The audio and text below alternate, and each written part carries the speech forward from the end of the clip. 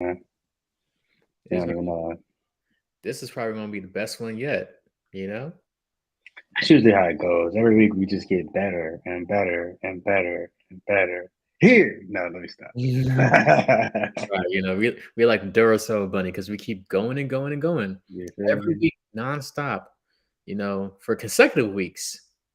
Yeah. Here on episode 42 of the Block to Block podcast, the best podcast in the world for all things Web3. Here we break down the technology, what's going on in the market, and the ways in which you can benefit. I am NFT and Jai, And I am Web3 Wayne. and over here the talk is different. Always different. Every week is different talk. We'll never bring y'all the same talk. The No, only thing that's gonna be the same is this disclaimer because the talk is always so different. So if you this your first time watching, if you didn't know, this podcast is for informational purposes only. You know what that means? That means we are not liable. If you lose your cheese, cheddar, mozzarella, provolone, that's on you. You want to know why? Because we're telling you right now to consult a financial advisor or any other financial professional because they'll be able to give you the best advice, which we're not giving. We're giving you information on how you can multiply your money. So, with that, let's get the podcast started. let's get it started. Man, I am so excited because we got Yes. so much going on, brother. Yeah, man. It's been a crazy year thus far. It's been beautiful, man. It's when you talk about success, it is truly something that you relish in terms of the journey. Like the destination is like neither here nor there, right? Like the destination is going to be successful regardless because of the journey. And I'm really, man. Listen, I've been loving the journey. I've been loving the journey. It's been a fun one, especially this year. Especially this year. And you know, that's an important thing as well, right? You know, whatever you're building something, whether it's the number one podcast on all of Web3, or Yeah, it's a platform in which creators can, you know, associate digital certificates to their physical items and really claim off this authenticity and right. That word kicking your ass. work, you know, Right. shout out to Timbuktu, Yeah. or just whether you're just dealing with cats who like to barge into the show all the time, right? As long as you enjoy the journey, the goal is going to be so much sweeter, right? You can't just be so focused on something as superficial as I want to get clout or I want to make money, right? You have to have that passion behind everything that you do. Yeah. And the money will find you. Probably the clout. You probably don't want the clout, but it probably will find you. To be honest, not terrible. The Mhm. right type of clout is not terrible. So you know, but either way, we have some exciting things coming up in June, Mm, and of course, we'd be remiss if we didn't let you guys know. So in the T and J, let the people know what we got going on. Give them a little insight into our Timbuktu world. shoot, man. So, like we say all the time, we want to bring you to Timbuktu, and we have the Relink show on the road, that block to block show on the world, everything on the road, right? So, we're doing a couple of things within the month of June.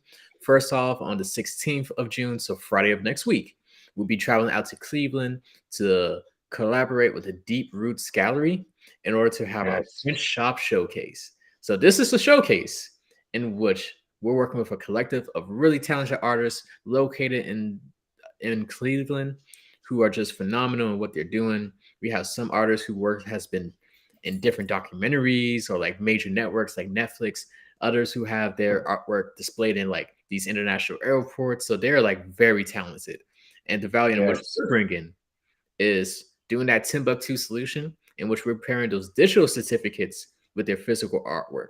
So they're able to really build community. And in the future, if that new buyer decides to sell that artwork, they'll get that resale value for the creator. So it's like going to be a really dope initiative. You know, we're very Yes. excited. Shout out to everybody out in Cleveland. Shout out to Dave Ramsey and the whole team. Yep. Set out Deep Roots. Deep Shout Roots out, Gallery. you know, shout out Northeast Ohio, you know, for Yes, those who know sir. Kent State University and undergrad. So Shout out to 216. Shout out to 216. 216, y'all. And with that, we're going to have the Eventbrite ticket in the description below. So if you or anybody that you know is going to be out in the area, check us out. It's going to be a dope one. Yeah, another great event. Definitely another great event. It's on the heels of a great event that we did out in Atlanta. So it's dope that we roll running a little bit. And it doesn't stop there, right? Because on June 29th, we'll be making our way down to my hometown, New Orleans. Shout out to the 504. We'll be doing a art showcase there as well.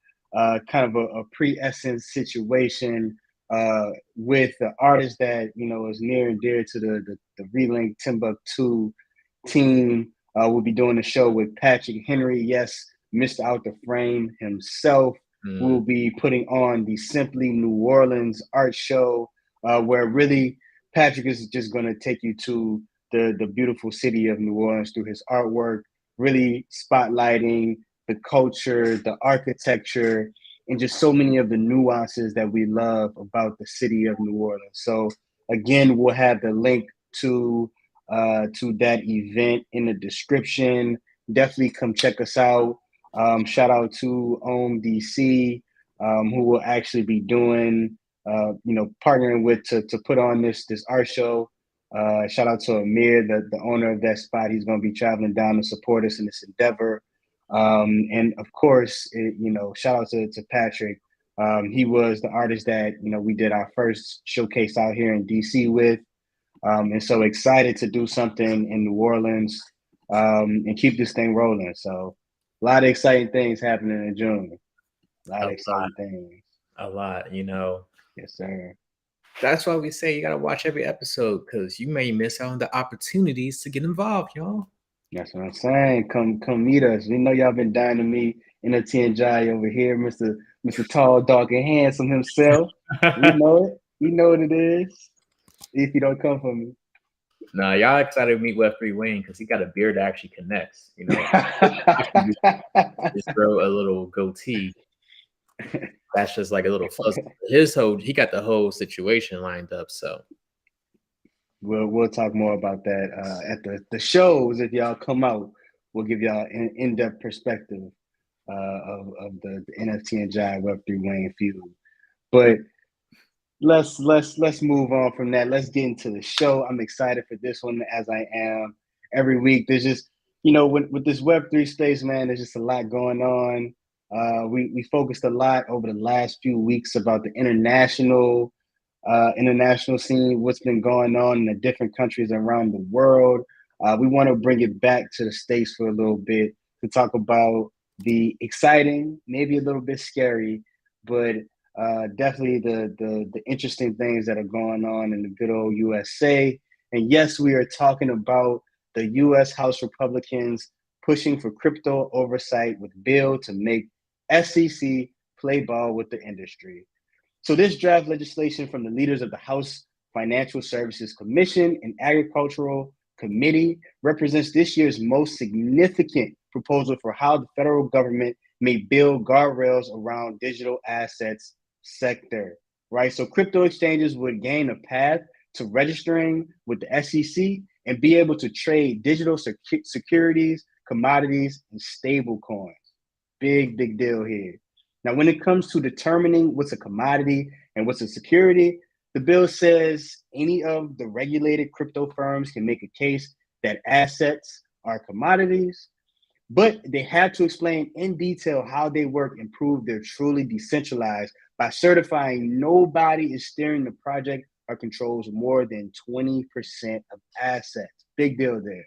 And the SEC, right, can challenge that claim if they can produce detailed analysis demonstrating the asset belongs in its jurisdiction.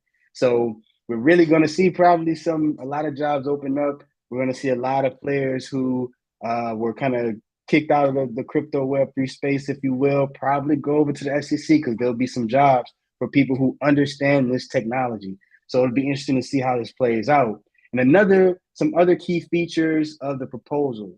So token projects that want to be classified as commodities will go through a certification process with the CFTC, which would include detailed disclosures about their operations. Existing crypto assets will be free from enforcement action, so firms and investors have a safe harbor to keep trading. House Republicans are pushing for studies of DeFi and NFTs, which suggests they may be on the road of regulation later down that road. So a lot of key features around this bill. Now, remember, this is just a proposal that does not have full support. So it's important to discuss, and we want to make sure that we put it out there for you guys to know what is going on in the market right now, especially on the regulation side. And with that, that's our quick take for today. What are your thoughts on this bill? Does it seem like something you think that's going to help the industry, or is it something that may cause some damage for us Web3 individuals, Web3 companies? Yeah. Thanks. Once again, you always come in with the fire quick takes, just really a lot of action packed information packed up in one. So in terms of like my thoughts around the bill, I mentioned in the previous episode, I believe it was episode 39, in which we spoke about the framework for like analyzing which region or country, like some of the 7 factors that you need in order to really assess like how impactful that ecosystem is going to be when it comes to Web3. And one of those factors was the regulatory framework. And you know, one of the big downsides in the US is we don't really have a comprehensive framework. We don't really have a clear stance. There's a lot of back and forth from enforcement agencies, which we'll see it a bit later. And Yeah, so with this bill, I think it's positive from the standpoint of it's really gaining some clarity, right? I mean, it's just a bill, so it's not in action, but it gives some kind of framework of, okay, these are the rules in which we should operate in as Web3 companies.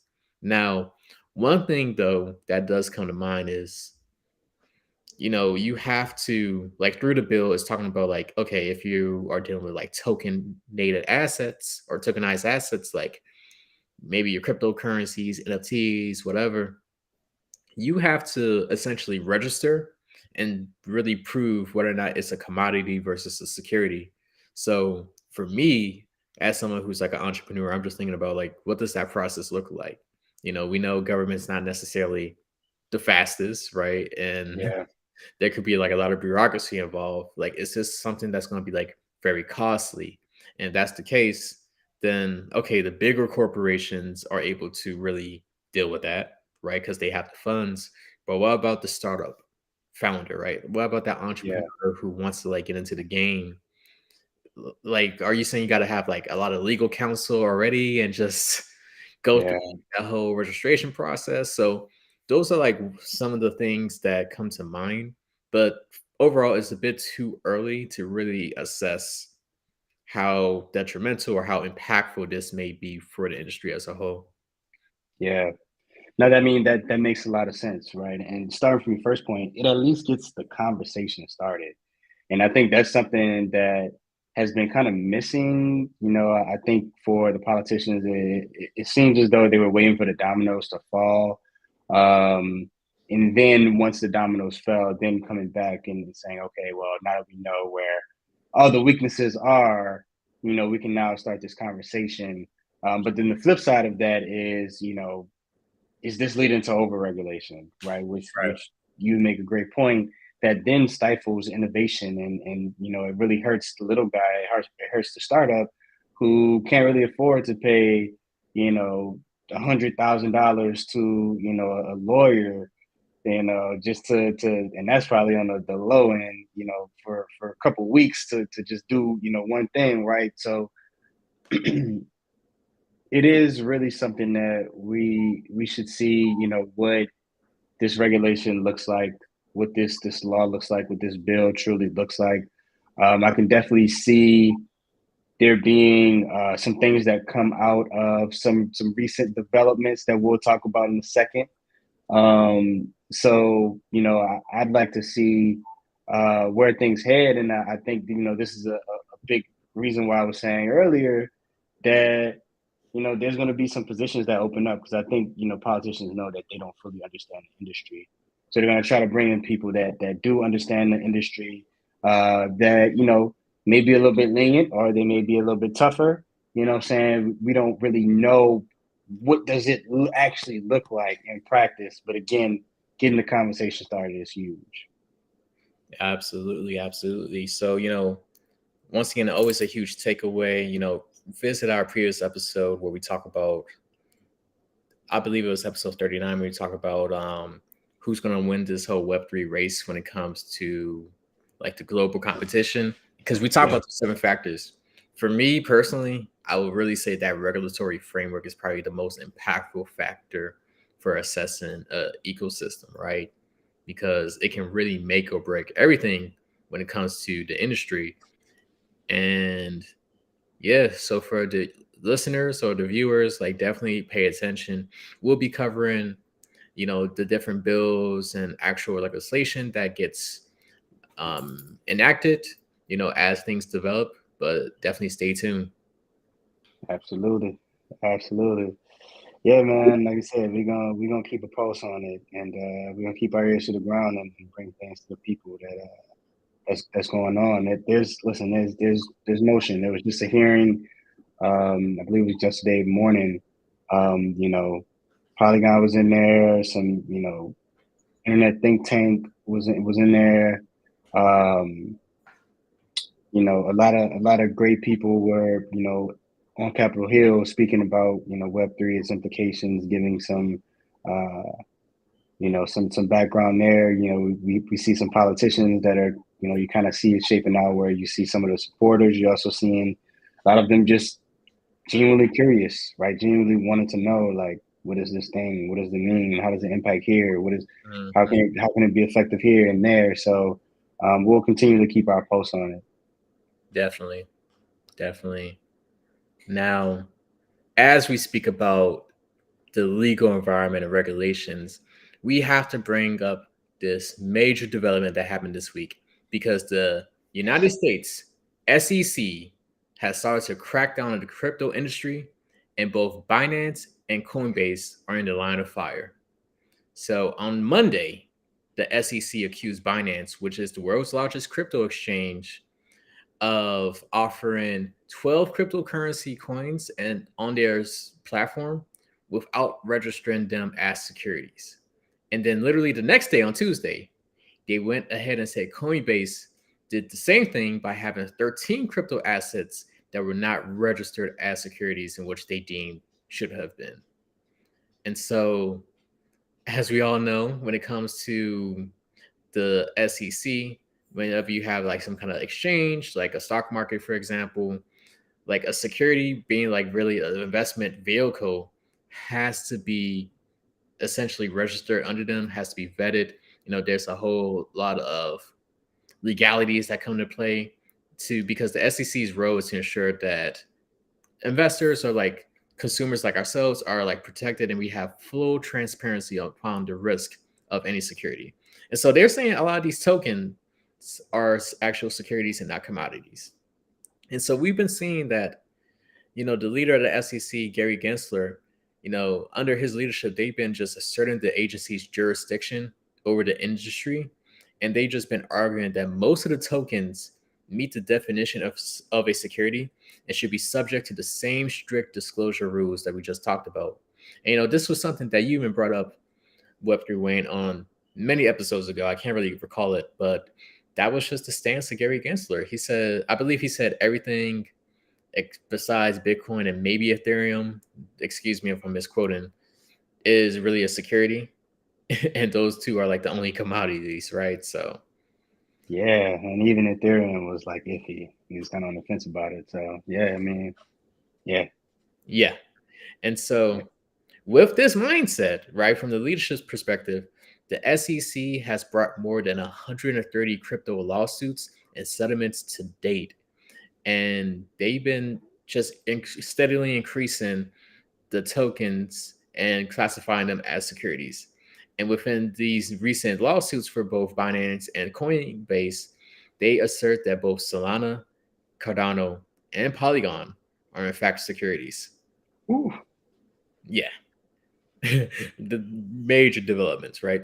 Hence why, as you mentioned yesterday or a couple of days ago, you see people like the as CEO of Polygon and all these other big Web3 projects are at these congressional hearings. Yeah. But yeah, of course, cryptocurrency crypto companies are refuting these claims and saying, most of our tokens are not securities. In fact, we're more akin to commodities. And they've been calling for regulators to create clear rules rather than just going in and asserting their jurisdiction and doing enforcement actions, right? And so overall, we really see what happens, right, when we don't have necessarily clear rules and agencies kind of take matters into their own hands, right? And so with this Web3, Wayne, we need to know, like, what does this action from the SEC signal for the crypto industry as a whole? Yeah, well, it doesn't spell anything good for the crypto industry, if we're being honest. And it's not that good things won't come, it's just that they won't come right now, right? So things are going to get probably much worse before they get better. And I think it's really to clear the air, right? And so I think for the crypto industry, it's it's interesting because I agree with both sides. It's a weird thing where I'm kind of at with it, right? So it's interesting because essentially the crypto is a security for an ecosystem, right? This blockchain ecosystem is kind of what this this thing is propped up on, right? The prices, things like that. On the other hand, right, it has that fungibility and can be traded amongst people within that ecosystem. So it does act like a commodity in a sense. So for me, it's interesting because it really is such an innovation that the fact that the SEC is trying to apply the current security and commodities law to this industry, I think it's really doing it a disservice because of the fact that we haven't seen anything of its kind. Mm. I think there is some things about securities laws that should be applied to the crypto industry and cryptocurrency specifically. And there's things on the commodity side that should be applied to crypto as well. And I think it's just doing a real big disservice that the SEC, that the government is not taking the approach of, hey, let's work with the people that understand the technology. We understand that we may have to reel them in a bit, right? That of course they're going to come in and want the best things for them. But there needs to be somewhere in the middle where the current industry as it stands, the consumers or people who are representing the consumers and the government can come together and find a good middle ground. And I think that, what this means right now as well is that within the US, it's just going to be really tough. Um, you know, I can see outside of the US things shaking out a little bit better. And it may not be cut and dry like where that is, and I think that's the tough thing about it. But I do think that it's going to be huge in terms of accessibility, in terms of giving certain markets an out if they feel as though their country is heading to a more unstable route. People being able to reserve and maintain their wealth through economic hardships within their countries. I think that's going to be huge for the global economy. But I really see this technology being something that's going to be and probably remain more popular outside of the U.S. And at some point we're going to see probably the SEC overreach, see that cycle of innovation, and then we're going to see them start to reel it back a little bit once they realize that, hey, we're really stopping any and everything from growing, right? We're really creating an environment that's not conducive for everything that the USA is supposed to be. So that's my thoughts on it. That's the signals I see. Yeah. Yeah. A lot of unpack there, right? So I do agree from the standpoint of when you have these different Web3 projects, crypto projects in particular, we need to have there needs to be a lot of transparency to the consumers as to like what they're getting into, right? Like, is this token really a commodity in the sense of you're using it to just do exchanges or what have you? Or is this like a security in a sense of, hey, this is really an investment that you want to hold on to, right? There needs to be that distinction. So going back to like the quick take around like the proposed bill, like that is a good step in the right direction. But yeah, the SEC is definitely doing a lot. Like 130 suits as of to date, and to just be deeming every, well, it seems like every new token, they're just saying like, hey, you're a security, you're a security, you're a security. And there's like no new updated laws that talks about these digital assets. It's really doing a disservice to the industry as a whole, right? And a drawback that could occur as well is just hampering or impeding upon the US's ability to really be a thriving crypto, blockchain, Web3 ecosystem, right? Because right now, 90% of all crypto trading takes place outside the US, right? And we've been seeing more and more exchanges saying that they want to just expand to international regions just because of what's happening in the US, right? Like when you see ecosystems like a Dubai or UAE, I should say, who are, really putting capital behind this and want to get involved, and they're making their partnerships. When you see a Hong Kong who says like, hey, crypto trading is allowed, like we want you guys to come out here and like set up your crypto startups out here. When Yep. you see all these, or even like a European Union who has come out and say, hey, these are all of the regulations. It's comprehensive, but this is our stance as to how you can operate within our space, right? There's a lot more, there's no ambiguity right there, right? Right now we have a Yeah. lot of ambiguity, and that's really doing a disservice to our ecosystem. Yep. And we're putting ourselves at risk to just having other regions, take up our talent where these startups, because when you're running a business, like you're loyal to your business, right? And you're to your customer as well. And Yeah. you got to put yourself in a position where your venture can win. So if that means relocating to a ecosystem that actually supports you, and there's government Right. initiatives that can Yeah. back you as well, which is another one of the 7 factors, government initiatives, then why not? Yeah. Yeah. No, for sure, for sure. And speaking of, doing the best thing, I mean, the one thing though is the the market, if you will, is in the US, right? It's gonna be one of the best markets you can kind of get into. And Binance and Coinbase, Binance isn't, necessarily based in the US, but they still have to answer to the US, right? So I mean, it's gonna be interesting specifically to see, how this affects those two companies, because these suits, they can be multi-year, they can be very costly. You know, if it extends out to smaller exchanges, those exchanges could then go bankrupt, right? This is going to be something that is going to be similar to FTX, but in a different way. There's going to be dominoes that fall, not because of bad practices, but because it's just a time where government is cracking down, and that comes with certain costs and certain sacrifices, and just how the cookie crumbles.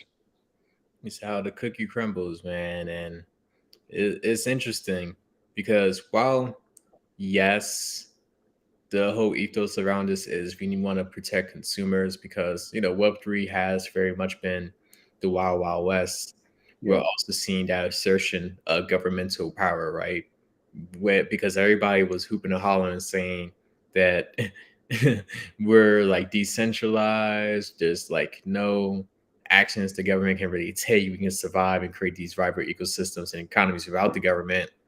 And we're seeing like, okay, keep on talking. It's time to step in and make these companies crumble a bit, right? So it's a yeah, very interesting time. Like probably 5 to 7 years from now, they're going to be looking around this 2021 to 2023, possibly 2024 era in terms of like the industry and just like what all has happened, because we've seen like everybody and their moms looking like they're just getting a huge bag and doing all Yep. these projects, to market Yep. crashes, to now we're in a period of consolidation.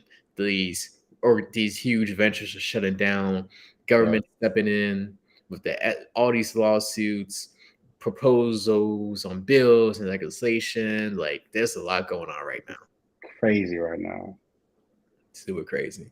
However, if you just continue to watch the podcast, that's why we're here. We want to like just make things a lot less scary and a lot more clear when it comes to breaking down these stories. Absolutely. Absolutely. Yeah, and man, that was a great topic. More to come there. Definitely more to come there. I think it's time to get into our last topic for the day. What you think? What you think? Listen, the people are waiting, so we must deliver. And it's interesting. We've begun talking a little bit about this. We've talked about, of course, Web3. That's the meat and bones and potatoes and all that good stuff of our podcast. We've also gotten to some of these other parts.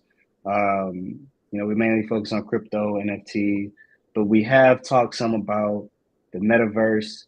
We have mentioned augmented reality, and we have mentioned how all three may come together at some point in time. And it seems like the timing is near. The time is near. Mm-hmm. And of course, we are talking about the Apple Vision Pro headshot. And if you don't know, if you haven't heard, Apple has recently released its new Vision Pro mixed reality headshot, now entering the world of immersive digital technology.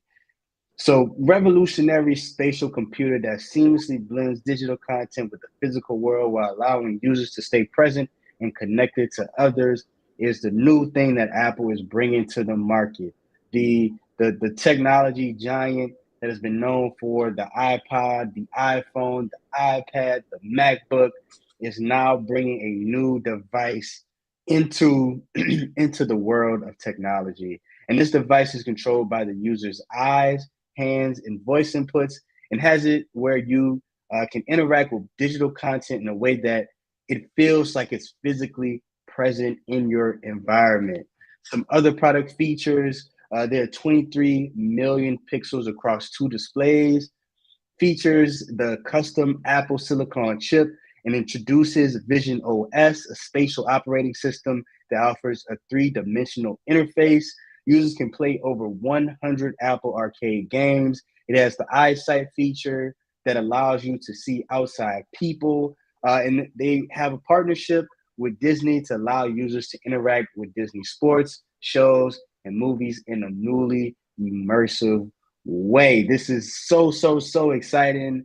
There's some products out there, but I think we've all been waiting for Apple to enter the ring and bring us the beautiful user experience that they usually bring.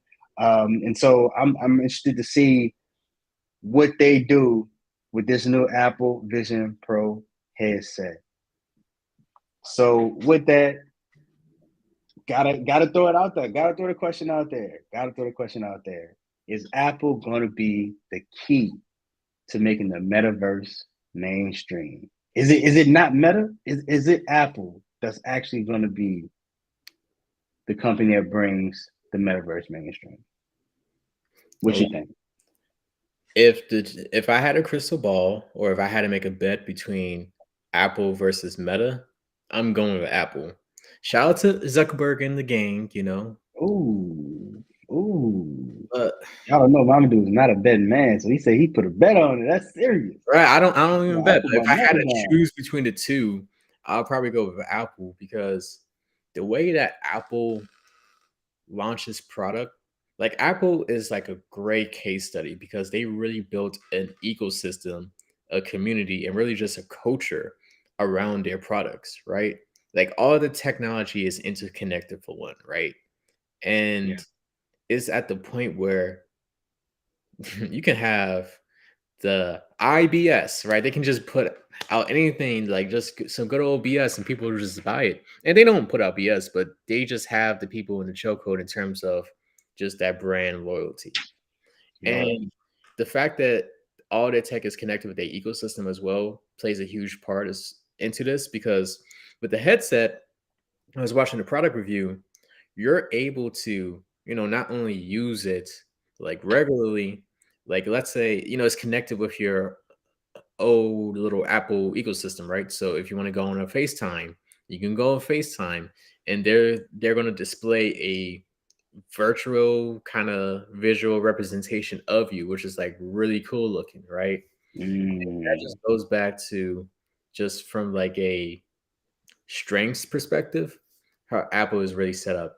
And also like that eyesight feature, bro, where you're able to just see what's going on around you and people can see you as well. Because like with a lot of these VR headsets, right? Like with the Oculus, it's blocked off, right? Like you can't really see the outside world. But Apple has Yeah. just one small little feature change, really, when you think about it, where you can literally see your eyes, like someone who's looking on the outside to you can like see your eyes through the headset, and you can like look Oh at them. wow. Like, oh yeah, hey, how you doing, bro? Da, da, da. While still interacting with your digital components, right? Oh, that's insane. It's insane. And so just the way they wrote out that product from a usability standpoint, I think that's going to put them over the edge. Right now, the only issue is the price point, like 3,500. Like that's a lot of bread. Like Crazy.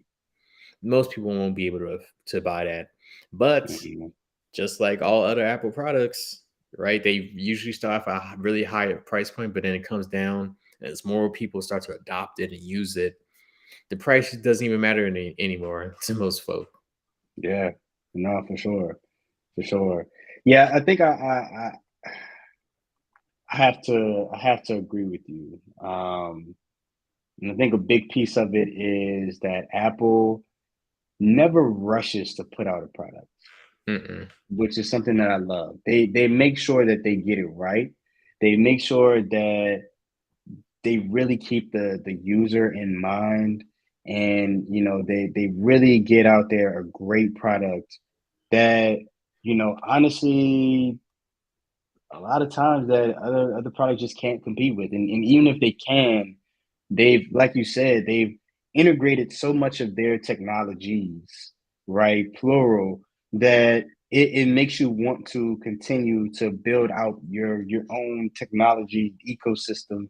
If I could show you the amount of things that I have in here right now, you would think I love Apple, and I really like. I'm not that much of a fanatic. Like I'm not that much of a fan, but it's just the ease of use. Their product is so easy to use, and it's so interconnected that literally it makes for a great experience, and it really makes it tough to go with anything else, right? And I think the same is going to be true with the Apple Vision Pro headset. Like it almost seems like every new technology that they put out makes you want to get another piece of technology that they have, Mm-hmm. right? The Apple Watch makes you want to get the phone, what makes you want to get the AirPods, and I feel like this headset Pro is gonna make you want to get an iPhone, and maybe a MacBook, and what I'm saying, like there's so many components to it where, man, listen, Apple is about to create real life Power Rangers. I'm here for it. I was just about to say that. I'm here for it. You got I'm the absolutely, headset, you got the ears, you got the watch. Like, what's what I'm saying? the It's Mighty Morphin time. You know what I'm uh, saying? I can't wait. I can't they wait. want to have like the little Ben 10 joint with the Omnitrix and go. You can turn into an alien. Listen, I can't wait to play with the young ones, and take it back to my childhood in this whole new way. Like I'm truly excited. The child in me is really just jumping for joy with this news.